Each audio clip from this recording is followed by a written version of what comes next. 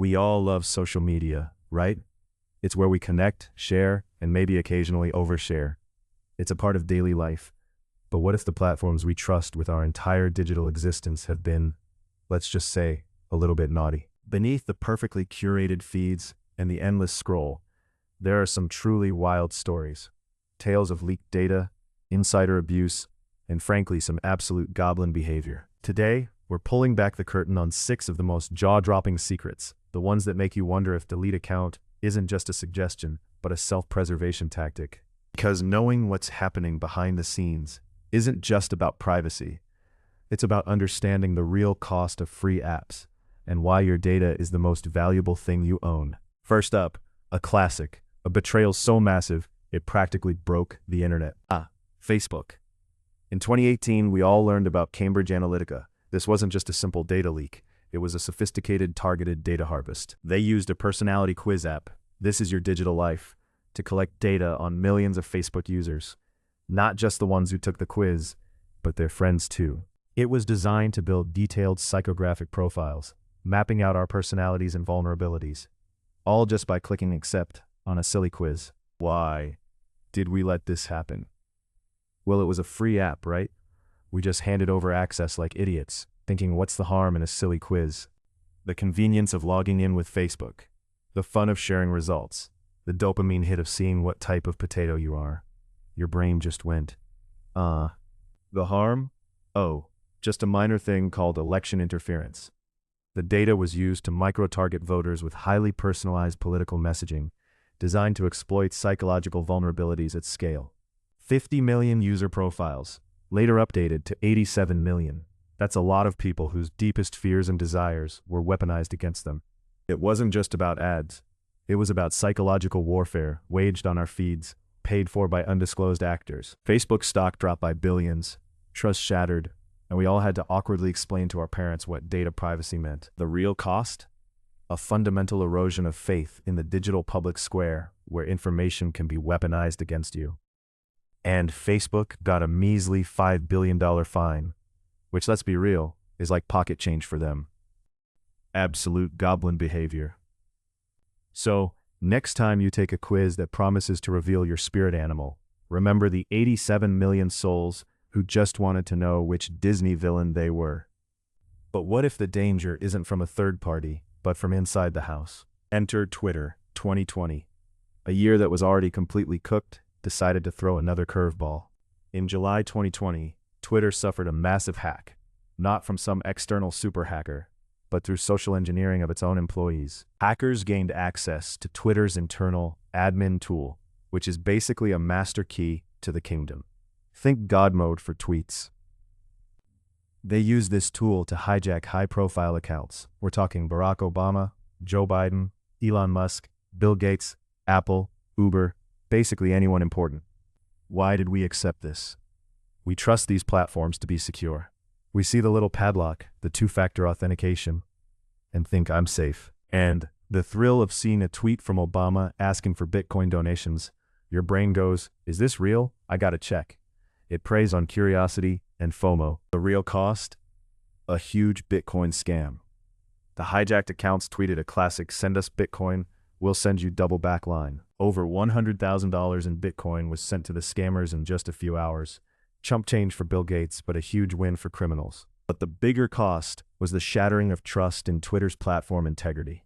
If the most secure accounts can be hijacked, what about ours? Imagine if foreign adversaries gained control of presidential accounts during a crisis. The implications for national security are terrifying. Twitter was forced to temporarily block all verified users from tweeting, a drastic step that showed the severity of the breach. 3 people were arrested.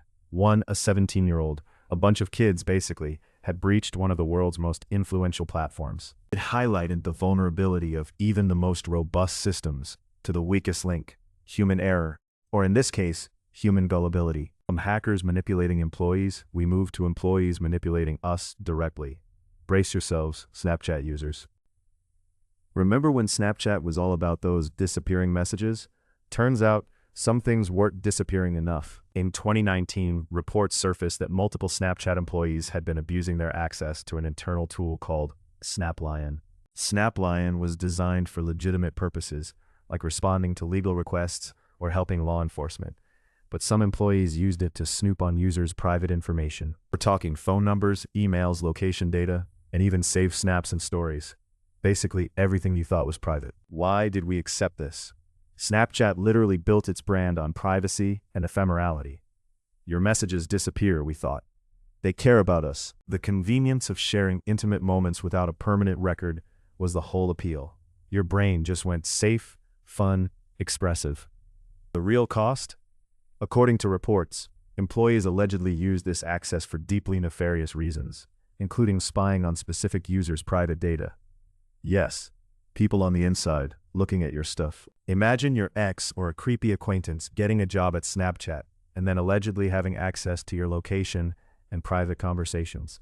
That's the horror scenario these reports describe. The intimate details of our lives, the ones we thought were truly temporary, were potentially exposed to people who shouldn't have seen them. It's a complete violation of trust, and makes you wonder if any private messaging app is truly private when employees hold the keys. Snapchat confirmed the abuse, saying they have zero tolerance for it. Which, is great after it happened. The incident serves as a stark reminder that ephemeral means nothing if the company itself keeps a copy, or if insiders can just look it up. So much for those spicy DMs, huh? They might just be sitting in some internal log, waiting for a curious employee. If your casual chats aren't safe, what about your professional life? Oh, don't worry, LinkedIn has you covered. Next up, a truly impressive feat of data collection that proves even our most buttoned-up profiles aren't safe. In 2021, a massive trove of data from over 700 million LinkedIn users appeared for sale online. That's nearly the entire user base. The data included full names, email addresses, phone numbers, physical addresses, geolocation records, and LinkedIn profile URLs. LinkedIn argued this wasn't a breach, but data scraping, meaning the information was publicly available on profiles. So, someone just wrote a script to systematically collect all that public data and then put it up for sale. Why did we accept this? LinkedIn is for professional networking. We willingly put our work history, skills, and even contact info out there. It's supposed to help us get jobs. Who would want my boring job title and education history, you might think? Your brain just went, career growth, networking. The real cost?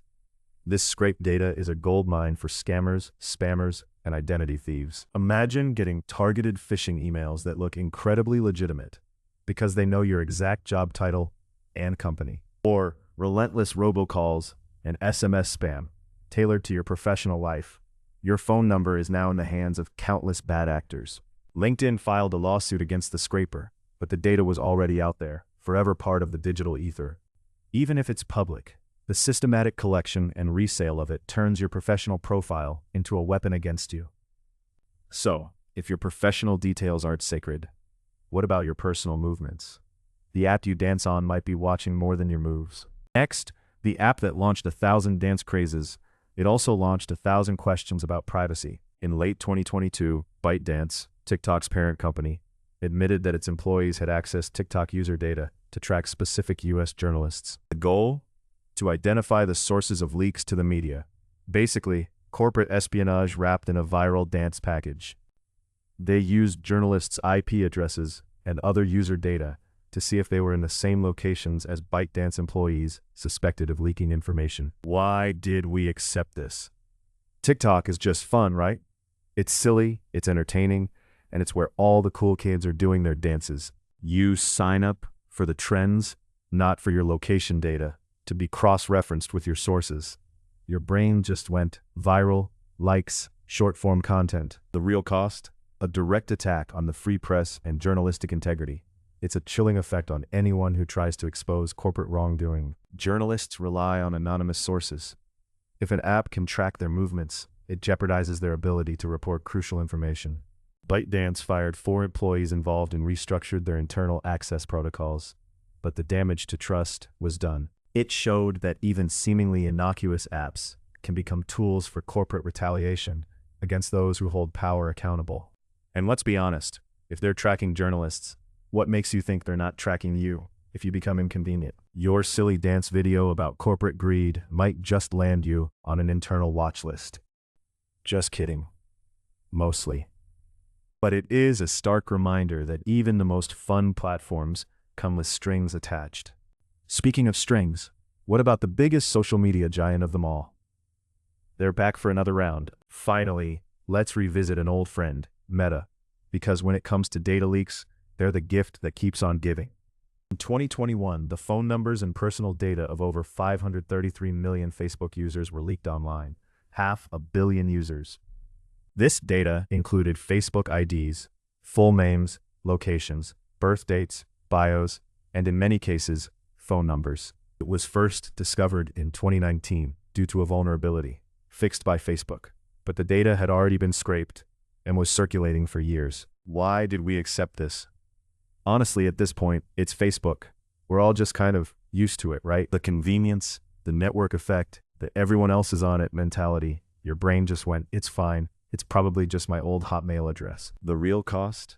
Your phone number, which is practically a master key to your digital life, is now in the wild. This kind of data fuels even more sophisticated phishing attacks, robocalls, and terrifyingly, SIM swapping. SIM swapping allows criminals to steal your phone number, gain access to two-factor authentication codes, and hijack your bank accounts and crypto wallets. It's the ultimate we just handed it over like idiots scenario, amplified by 500 million people. Meta, like LinkedIn, argued it was old data, but old data can still be used for new crimes. Every piece of information you put online, even if it feels mundane, can be pieced together to paint a surprisingly complete and vulnerable picture of you. So, what does all this add up to? A staggering tapestry of digital compromise, all paid for with our trust and our data. From election meddling to corporate espionage to insider snooping and mass data leaks, the dark secrets of social media are less secret and more openly ignored. We trade our privacy for convenience, our data for dopamine hits, and our trust for the fleeting illusion of connection. It's a bizarre, horrifying, and frankly hilarious situation that we've all collectively walked into. We just can't stop staring at the car crash, can we? So, what are you truly paying for that free social media app, and is it worth it? Every story in this video is fully sourced. Check the description for links to the original reporting.